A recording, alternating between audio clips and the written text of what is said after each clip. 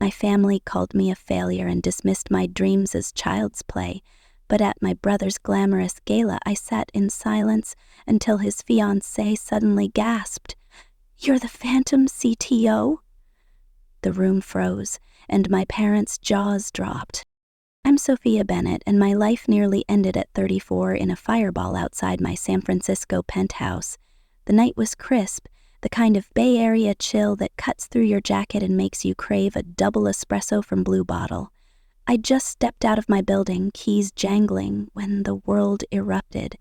My Tesla, sleek, black, my one indulgence, exploded in a deafening roar, flames licking the sky like some Hollywood blockbuster gone wrong. I hit the pavement hard, ears ringing, heart pounding like a war drum. Shards of glass rained down, glinting under the streetlights, and the acrid smell of burning metal filled my lungs. Someone wanted me dead. Someone who knew I was the CTO of VitalSync, the AI health tech empire shaking up Silicon Valley. And I had a pretty good idea who. As the sirens wailed in the distance, I scrambled behind a dumpster, my mind racing faster than the flames. This wasn't just a random act of violence.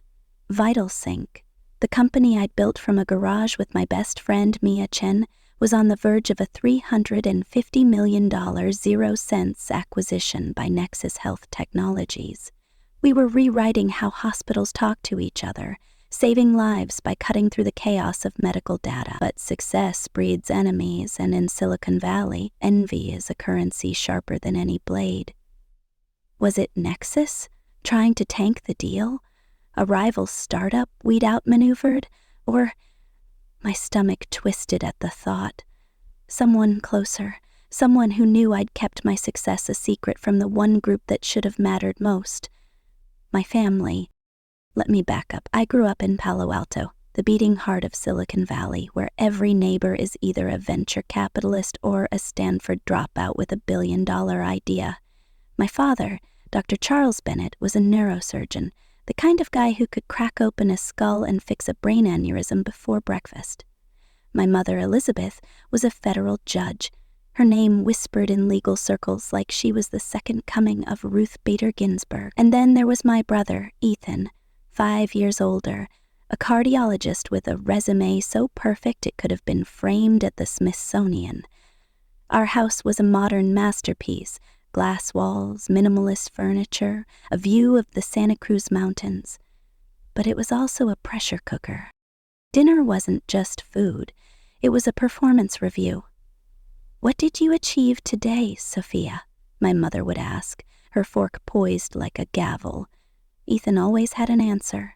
Top of his class, published in a medical journal, saving lives at Stanford Medical. Me? I was the kid who'd rather hack a hospital's outdated patient database than ace my AP Calculus test. At 16, I did just that. I built a program to streamline the local hospital's patient records, cutting wait times for critical care by 20%. It was my first taste of what tech could do. Real impact, not just numbers on a screen. I was buzzing with pride when I told my parents, expecting, I don't know, a pat on the back, maybe a well done, Soph. Instead, my mother's lips pursed. "That's cute, darling, but shouldn't you be focusing on your SAT prep? Tech is a hobby, not a future." My father didn't even look up from his steak. "You don't want to be one of those coders in a basement, Sophia. Aim higher."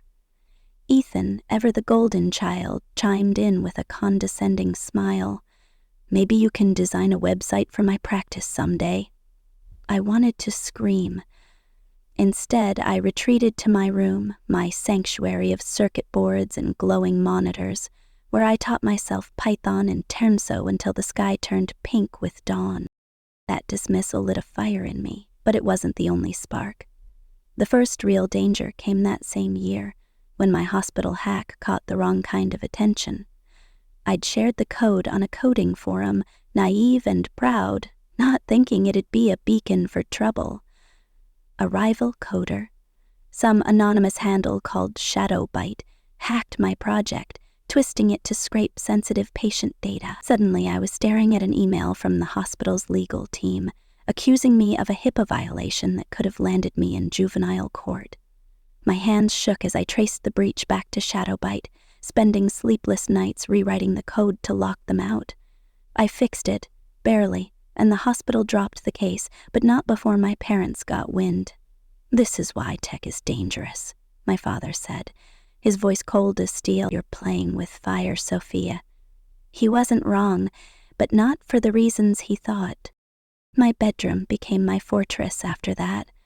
While Ethan's walls were plastered with medical awards, mine were a chaotic collage of algorithms and post-it notes sketching AI models.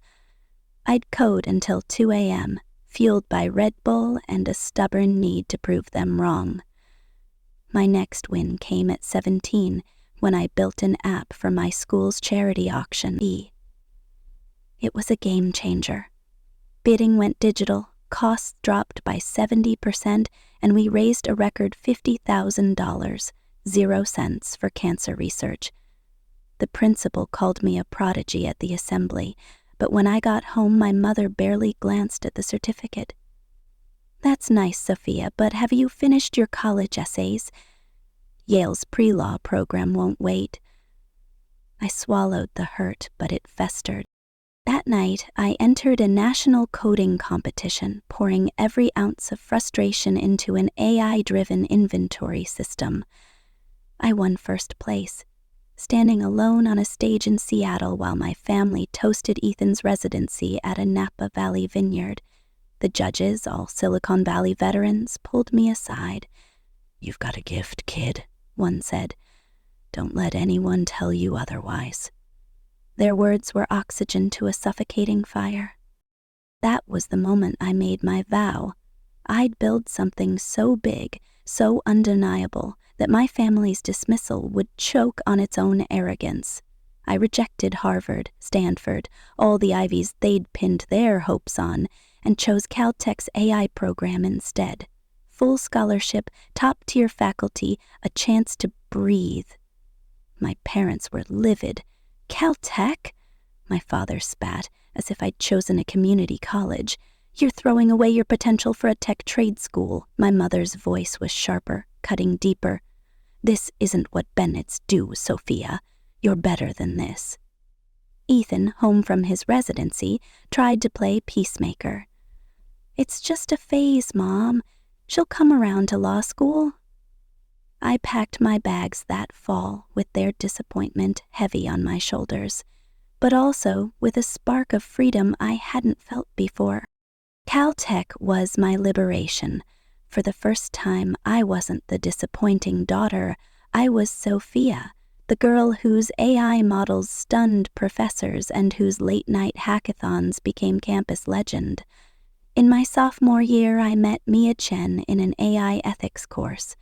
She was a data scientist with a mind like a razor, and a personal mission. Her father's lupus had been misdiagnosed for years because hospitals couldn't share data efficiently. Over coffee at Pasadena's Earth Cafe, we dreamed up VitalSync, an AI platform to bridge the gaps in medical communication. "This could save lives," Mia said, her eyes bright with purpose. We sketched the idea on napkins, coded in her parents' garage, and by junior year we had a prototype that could predict patient risks with 90% accuracy. But success doesn't come without scars. Our first major pitch to investors was a disaster waiting to happen. We'd landed a meeting with Redstone Ventures, a big player in Silicon Valley. Hours before, a rival startup led by a shadowy CEO we'd later traced to Shadowbite leaked flaws in our prototype to the press. TechCrunch ran a hit piece, VitalSync's AI, revolutionary or risky. My phone buzzed with notifications as investors grilled us, their faces skeptical behind Mia was shaking, but I stood my ground, explaining how we'd already patched the flaws. "This is what makes us different," I said, my voice steady despite the sweat on my palms. "We don't hide from problems, we solve them." We walked out with a $100,000 seed grant, but the betrayal stung. Someone was watching us, waiting for us to fall. Back home for summer, I faced a different kind of sabotage. My family. At Thanksgiving, my uncle cornered me by the pumpkin pie. Still playing with computers, Soph? Ethan's saving hearts. What's your plan? I smiled tightly, dodging the question. They assumed I was a low-level coder, maybe fixing printers at a startup. I let them believe it. Was easier than explaining VitalSync, easier than hearing their pity. Mia's family, on the other hand, treated us like rock stars, bringing us homemade dumplings and asking about our progress. The contrast was a knife to the gut. By junior year, VitalSync was gaining traction. Dr. Rachel Patel, CEO of a San Diego hospital, saw our demo and signed on as our first client. "This could change everything," she said, her voice trembling with excitement. We won another $100,000, 0 cents in a startup competition, filed patents, and incorporated. But I kept it all for my family, building my empire in silence. Danger struck again when a competitor infiltrated our garage lab. I'd been working late, the hum of servers my only company, when I noticed an unauthorized login on our system. Someone had stolen our early code, planting a back door that could have crashed VitalSync's entire database. Mia and I pulled an all-nighter, tracing the breach to a hired hacker linked to a rival startup. We rewrote the code from scratch, our fingers bleeding from typing, and secured the system just before our first hospital rollout. The stress nearly broke us, but it also made us stronger. VitalSync launched successfully, cutting medication errors by 45% in its first trial. Dr. Patel called us miracle workers. I wanted to tell my parents to shove the data in their faces, but I didn't. Their dismissal had taught me to protect what mattered most. The third danger came at 25, when I was nearly kidnapped. I'd been walking to my car after a late meeting, the San Francisco fog thick as soup, when a van screeched to a stop. 2 men in hoodies grabbed for me, but my smartwatch's panic button, installed after the car explosion, sent an alert to private security. They arrived in minutes, the van peeling away into the night. My hands shook as I filed the police report. But the message was clear. VitalSync was a threat, and someone wanted me out of the picture. I hired a bodyguard, kept a lower profile, and pushed forward. VitalSync secured contracts with 10 hospitals, then 20. Redstone Ventures came back with a $40 million 0 cents investment, valuing us at $150 million. 0 cents. I was becoming the phantom CTO, a whispered legend in tech circles, my name known but my face a mystery. My family, oblivious, kept the pressure on. At Christmas, my mother pulled me aside in our Palo Alto kitchen, her wine glass glinting under the chandelier. "Sophia, Ethan's friend Mark is a surgeon. Single. I could set you up." The implication was clear. If I couldn't succeed, I could at least marry success. I forced a smile, my mind on the $50 million 0 cents acquisition offer we just rejected from a tech giant. "I'm good, Mom." She sighed, her disappointment heavier than ever. VitalSync was now in 50 hospitals, reducing patient mortality by 30%. Forbes wanted a profile, but I insisted on a silhouette instead of a photo. "Why hide?" Mia asked over beers at a dive bar.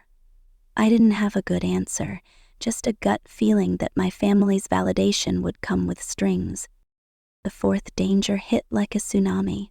A hacker, shadow bite again, I was sure, breached VitalSync's servers, exposing patient data from 3 hospitals. The headlines were brutal. VitalSync's AI dream turns nightmare. The FDA launched an investigation, and our stock plummeted. Mia and I worked 72 hours straight, patching the breach and rolling out new encryption. I faced a congressional hearing, my face on CNN, but I spun it as a wake-up call for the industry. "We're not perfect," I told the senators, "but we're the best at fixing what's broken." We survived, barely, but the stress shaved years off my life. VitalSync bounced back, landing a contract with Kaiser Permanente for 50 hospitals, our revenue soaring to $100 million, 0 cents. The fifth danger was the worst. A whistleblower from Nexus Health tipped me off. Their CEO had hired a hitman to take me out before our $350 million 0 cents acquisition could close. I was in my office overlooking the Golden Gate Bridge when the email came. They know you're the brains behind VitalSync. You're not safe. I moved to a safe house, my bodyguard a constant shadow, while Mia finalized the deal. The hitman was caught, a small-time thug with a rap sheet, but the CEO denied everything. I had no proof, but I had my life, and I had VitalSync, now valued at more than my father's entire career. The final straw came with Ethan's engagement gala at a Napa Valley vineyard, the kind of place where tech moguls and celebrities sip $500 0 cents wine. My mother called 3 times about my outfit, assuming I'd show up in jeans. "Claire works for Nexus Health," she said, oblivious to the irony. "Very impressive woman." Claire Dawson, Ethan's fiancée, was Nexus's VP of acquisitions, the woman negotiating to buy VitalSync. I almost laughed, but dread settled in. My 2 worlds, my secret empire and my family's pity, were about to collide. The gala was a glittering affair, chandeliers casting light over rows of grapevines. I wore a sleek black gown, understated but worth more than Ethan's car. My parents seated me next to Cousin Larry, the family's least interesting accountant, to keep me comfortable. Ethan introduced me to Claire with a pitying smile. "This is Sophia, my sister. She's figuring things out." Claire's handshake was firm, her eyes sharp. "Nice to meet you," she said, but I saw the flicker of recognition. Dinner was a parade of toasts, to Ethan's brilliance, my father's voice booming with pride, to my son, who's never let us down, and to Claire, a star in her own right.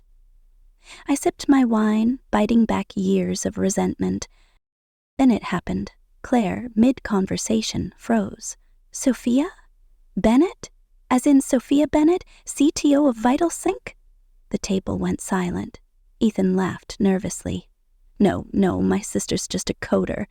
Claire's eyes locked on mine. "Your sister's company is revolutionizing healthcare. We're buying VitalSync for $350 million, 0 cents, next week." My father's glass slipped, shattering on the floor. My mother's hand froze on her necklace. Ethan's jaw hit the table. "Is this true?" my father croaked.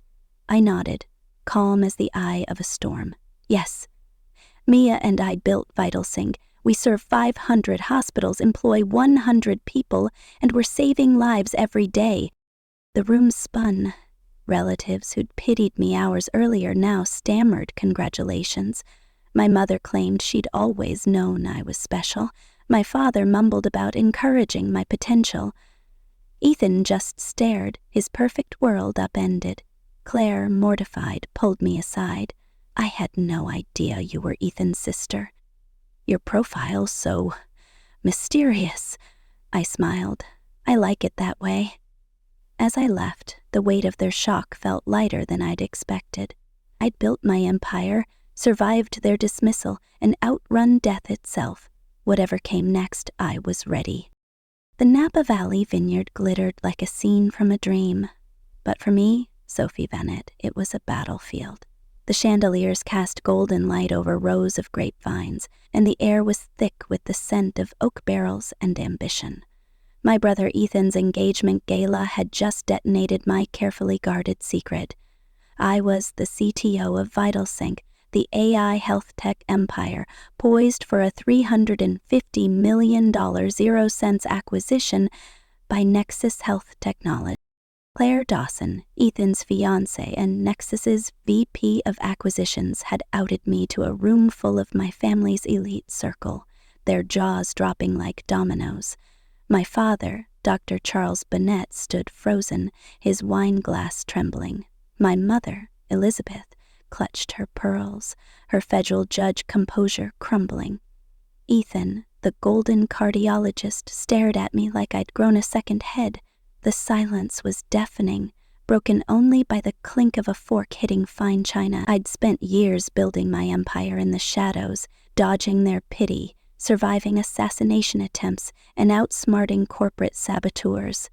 Now the mask was off, and the real war was about to begin. I stood there, my black gown catching the light, feeling the weight of their eyes. "Is this true?" my father finally croaked, his voice a mix of disbelief and something sharper. Betrayal, maybe, that I'd hidden this from him? I met his gaze, steady as steel. Yes. Mia Chen and I built VitalSync. We serve 500 hospitals, employ over 100 people, and we're saving lives every day.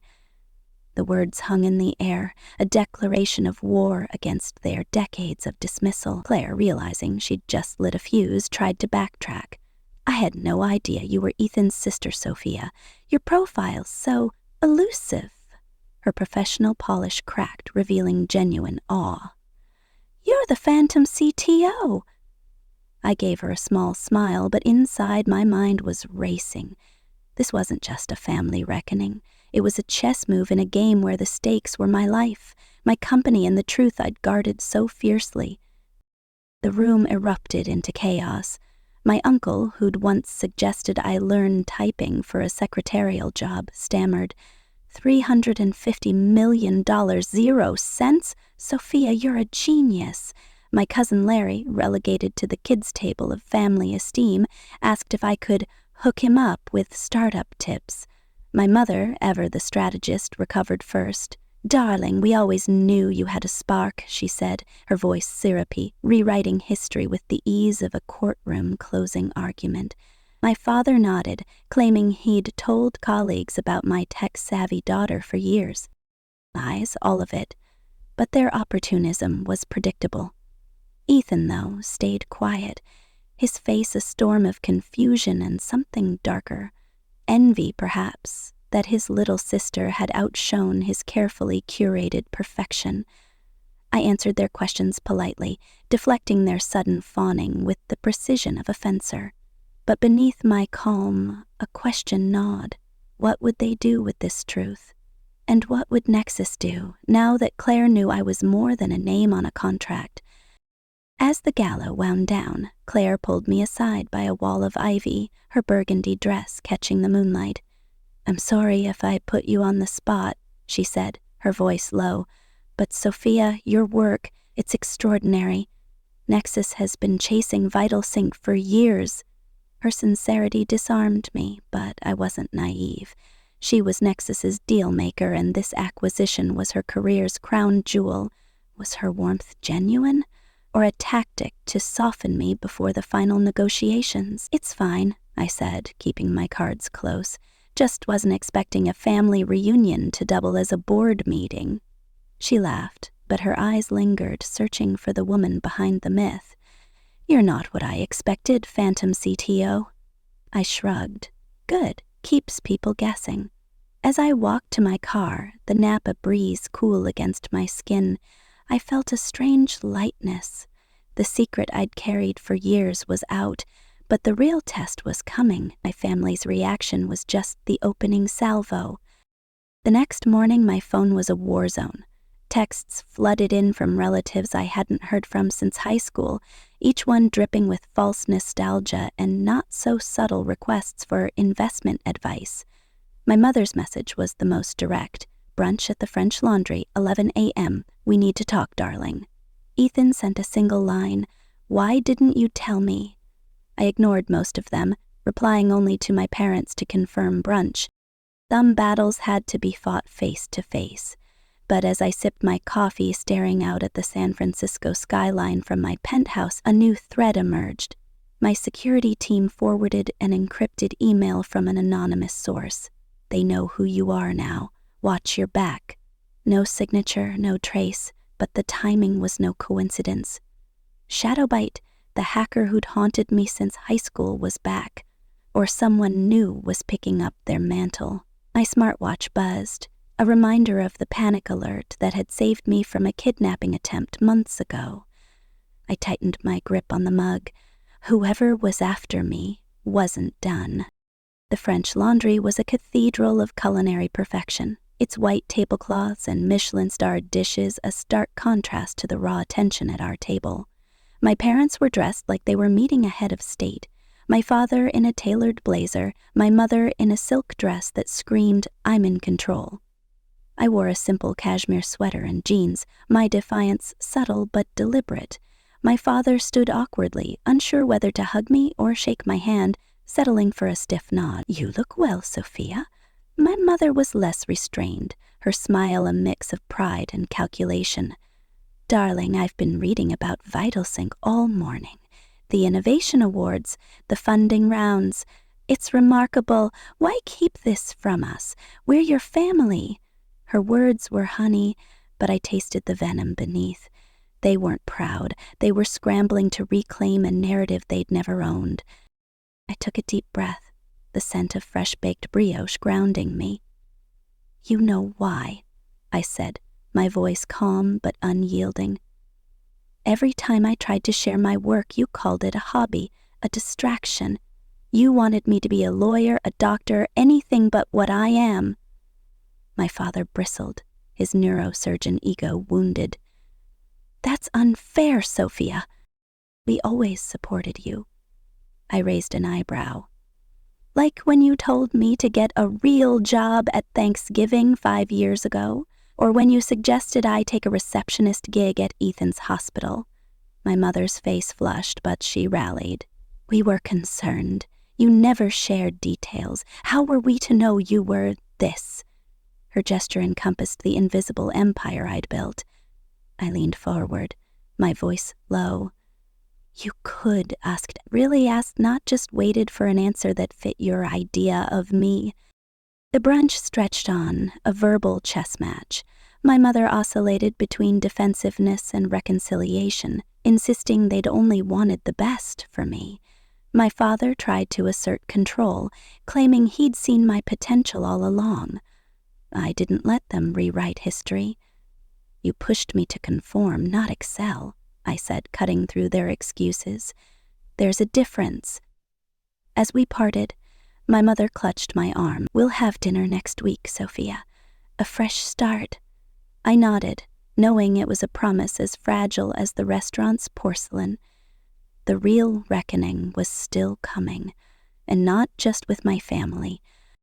Back at VitalSync's headquarters, a sleek glass tower overlooking the Bay Bridge, the stakes were rising. Mia greeted me with a grim look. Nexus upped their offer to $350 million, 0 cents. "But there's a catch." She slid a tablet across the desk, displaying a contract clause. "Post-acquisition, I'd stay as CTO, but under Nexus's direct oversight." "They want to clip your wings," Mia said, her voice tight. I scanned the document, my pulse quickening. Nexus wasn't just buying VitalSync, they were buying me. And Claire, my future sister-in-law, was their point person. Was her warmth at the gala a ploy to lock me in? Or was she as blindsided as I was by our connection? I pushed the tablet away. "We're not signing until we renegotiate. I didn't survive a car bomb to become someone's puppet." The third danger struck that night. I was leaving the office, my bodyguard trailing, when my phone pinged with a text from an unknown number. "Check your car." My heart stopped. I'd nearly died in a Tesla explosion months ago, and the memory was still raw. My bodyguard, a former Marine named Jake, swept the vehicle with a scanner. "Clear," he said, but his jaw was tight. As we drove to my Marin County estate, a sprawling modernist retreat I'd bought in secret, telling my family I rented a cramped studio. Jake's radio crackled. "Suspicious vehicle tailing us, black SUV, no plates." My stomach lurched. "Lose them," I said, gripping the armrest. Jake floored it, weaving through San Francisco's hills, the SUV's headlights a relentless shadow. We hit a red light, and the SUV screeched to a stop beside us. The window rolled down, revealing a man in a ski mask, a glint of metal in his hand. "Go!" I shouted. Jake gunned the engine, tires screaming as a gunshot shattered the night. The bullet grazed our rear bumper, but we lost them in the maze of Pacific Heights. I was shaking, my smart watch's panic alert pulsing against my wrist. Shadowbite, or whoever was behind this, wasn't playing games anymore. At home, I poured a glass of Napa Valley Cabernet, the irony not lost on me. My estate's floor-to-ceiling windows offered a view of the bay, but tonight they felt like a target. Jake stationed himself at the gate, but I knew security was a bandage on a deeper wound. Someone wanted VitalSync, or me, out of the picture. The next day I met with Mia and our lead developer, Tyler, to tighten our defenses. "We're encrypting everything," Tyler said, his eyes bloodshot from coding marathons. "But Sophia, this feels personal." I nodded, my mind flashing to the gala, to Claire's recognition, to my family's sudden interest.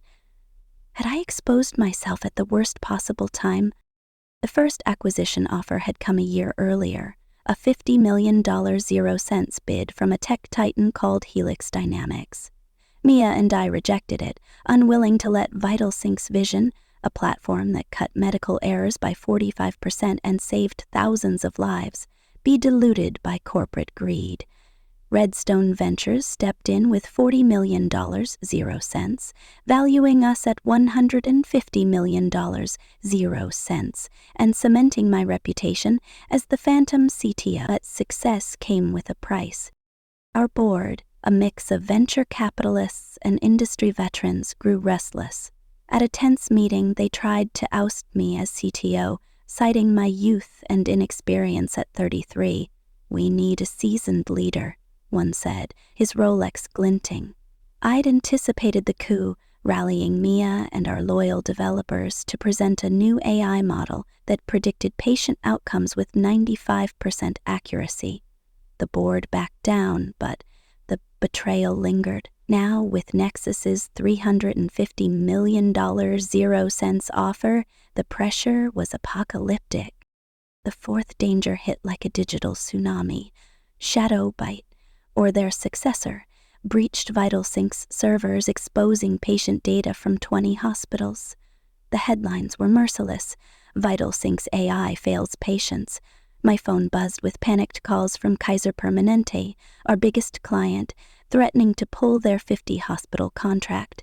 The FDA launched a federal investigation, and our stock tanked 30% overnight. Mia and I worked 72 hours straight. Our office a war room of Red Bull cans and whiteboards. We traced the breach to a 0-day exploit, patched it, and rolled out quantum encryption. I faced a press conference, cameras flashing like gunfire. "We take responsibility," I said, my voice steady despite the exhaustion. VitalSync isn't just tech, it's trust. We're rebuilding it stronger. The public bought it, barely, but the damage was done. Enemies were closing in. Amid the chaos, my inner conflict roared. I craved my family's approval, a longing buried deep from years of their dismissal. But now, with their sudden fawning, I feared their opportunism. Would they claim credit for my success, use it to boost their own egos? My therapist, Dr. Larson, helped me untangle the knots. "You've built walls to protect yourself," she said in her quiet Marin office, "but walls keep out connection, too. What do you want from them?" I didn't know. Validation, maybe, but not at the cost of my soul. Forbes ran a profile on VitalSync, Mia's photo front and center, mine a silhouette. "Why hide?" Dr. Larson asked. I shrugged. "It's not hiding. It's control." The engagement gala had been the spark, but the fire was spreading. Claire's revelation had upended my family's narrative, and their reaction was a masterclass in revisionism. At brunch, my mother tried to rewrite our history, claiming she'd encouraged my tech interests. My father suggested I consult him on business strategy, as if his scalpel skills applied to AI. I pushed back, but the real shock came when Ethan showed up at my estate unannounced, a bottle of Napa Valley Pinot in hand. "I've been an ass," he said, standing in my living room, the bay sparkling beyond. His bluntness caught me off guard. I bought into the idea you were struggling. I liked being the successful one. I poured the wine, my hands steady. You didn't ask, Ethan. None of you did. He nodded, his cardiologist confidence cracked. I'm sorry. And I'm proud of you, Soph. Really? We talked for hours, the first real conversation we'd had in years. He asked about VitalSync, about the kidnapping attempt, the data breach. I asked about his work, surprised by my own curiosity. As he left, he paused. Claire's mortified about the gala, but she likes you, thinks you two could be friends. I smiled. Maybe. The fifth danger was the deadliest. A whistleblower from Nexus emailed me. Their CEO hired a hitman to take you out before the deal closes. He's covering his tracks. I moved to a safe house in Sausalito, my bodyguard Jake a constant presence. The hitman was caught, a lowlife with a silenced pistol, but Nexus's CEO denied everything. I had no proof, only instinct. Mia and I renegotiated the acquisition, demanding autonomy post-deal. Claire, torn between her role and her loyalty to Ethan, mediated. I didn't know about the hit, she said over coffee, her eyes haunted. But I believe you. Her honesty tipped the scales. We signed the $350 million 0 cents deal, with me as CTO and Mia as COO, our vision intact. The aftermath was a whirlwind. My parents oscillated between pride and control, inviting me to family strategy sessions I politely declined. Claire became an ally, her insights bridging my worlds. Ethan and I rebuilt our bond, trading ideas over beers at a Mission District dive bar. VitalSync expanded to 3 continents, cutting mortality rates by 50%. I started mentoring young women in tech, hosting workshops at Caltech, sharing the resilience I'd forged in My parents think coding's a phase, a 16-year-old told me, her voice echoing my past. Build what matters, I said. The right people will see you. Standing in my office, the Bay Bridge glowing outside, I felt a peace I'd never known. I'd survived bombs, bullets, and betrayal. I'd built an empire not for my family's approval, but for myself. The journey wasn't over. Shadowbite was still out there, and new rivals loomed. But I was ready. If my story resonates, share yours. Who doubted you? How did you rise? The world's listening.